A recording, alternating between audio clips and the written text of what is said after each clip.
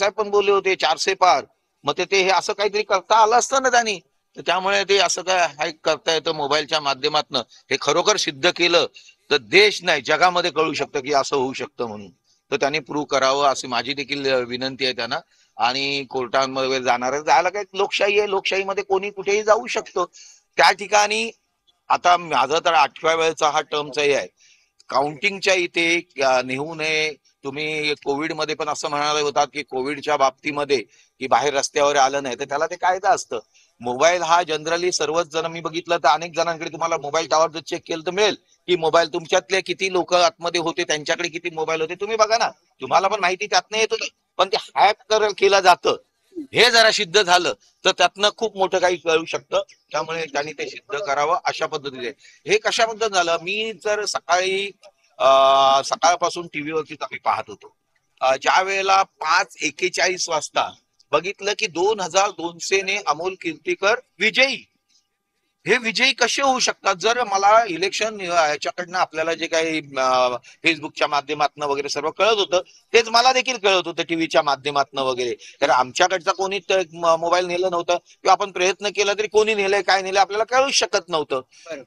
ते त्यांनाही कळत असेल ते त्यांच्या लोकांनी नेलं होतं, आमच्या लोकांनी कोण नेले असेल, कोणी ते टॉवरचं हे केल्यानंतर कळू शकेल. पण त्यातनं हॅक केलं जातं हे काय आहे ते जरा नक्की जगाला कळलं किंवा आणखीन बाकीच्यांना कळलं तर खूप बरं होतं. आणि ते कळल्यानंतर मी पण प्रयत्न केला की मी कोणाला सांगणार विचारणार तर तिथला आरो असेल किंवा आणखी कोणी असेल त्यालाच सांगणार की तुम्ही लोक कोणी असेल तर बाबा हे कसं काय चाललंय तुम्ही. तर आम्ही एबीपी माझ्यावाल्यांना फोन केला होता की तुम्ही कशा पद्धतीने सर्वांनी चालवलं. अरे 5:51 वाजता जर 1,00,000 मताच्या वर जास्त मोजणी बाकी आहे आणि तुम्ही जिंकला हे कसं काय देऊ शकता. याचाच अर्थ आतून पण कोणीतरी तुम्हाला सांगितलं किंवा सांगितलं गेलं असं. आणि म्हणून मी 5:51च्या नंतर 6 वाजता तिथे पोहोचलो. 6 वाजता पोहोचल्यानंतर मी तिथे त्यांना विचारायला गेलो. मी आत गेलो त्यावेळेला की हे कसं काय चाललंय. बोलता आमची संपूर्ण प्रोसिजर चालू आहे, तुम्ही जाऊन बसा तिथे, आम्ही काही डिक्लेअर केलेलं नाही. मग हे कोणी डिक्लेअर केलंय सर्व असं हा देखील प्रश्न येतोय. आणि मग ते गुलाल उधळणं हे करणं ते करणं तुम्ही पाहिलं असेल, मोठे कटावट घेऊन गुलाल उधळणं वगैरे. हे मी घरून रागाने म्हणजे मला कळलं हे चुकीचं चाललेलं आहे. आणि म्हणून मी तिथे आलो. तिथे आल्यानंतर त्यांनी काही मुद्दे उपस्थित केले ते त्यांच्याशी हे काय. पण असं कुठलंही मला, मी जाऊन त्या कोचवर बसलो होतो आणि पाहिलं की तुम्हाला एक माहिती आहे, पहिली बॅलेट पेपरची जी काउंटिंग असते ही सकाळी 8 वाजता झाली. म्हणजे त्यांच्या माहितीतनं आणि आमच्या पोलिंग एजंट जे गेले होते त्यांच्या माहितीतनं हे सर्व आपल्याला कळलं. आणि ती काउंटिंग संपल्यानंतर सर्वांकडे त्यांच्या जे प्रतिनिधी प्रत्येक सर्वांकडे पाठवलेली की 1550 मला मिळालेले आहेत, त्याच्यानंतर 1500 मतं ही त्यांना मिळालेली आहेत. हे सर्व पहिल्यापासूनही होतं, फक्त A+B करायचं होतं. आणि मग ईव्हीएम जी ज्या वेळेला त्यांनी चेक करायला घेतलं त्यावेळेला लास्टच्या वेळेला 1 ने ते प्लस होते, अमोल कीर्तीकर 1 ने प्लस होते. आता जर हॅक जर करायची होती तर मी प्लसने जाईन ना. हॅक जर करायची होती त्याने मी 1 ने कशाला प्लसने मायनस जाईन. मी 1000ने 2000ने 4000ने काय की लाखाने काय असेल ते त्यांनी प्लस जाईन.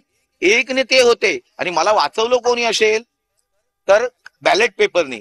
बॅलेट पेपरची जी टोटल होती ती पहिल्याने जी केली होती ती नंतर A+B केली असेल आणि त्यातनं त्यांना 1501 वगैरे काय मिळाले होते. तो एक आणि इकडचा एक मायनस झाल्यानंतर 50 मधून 48 मताने प्लस झालं.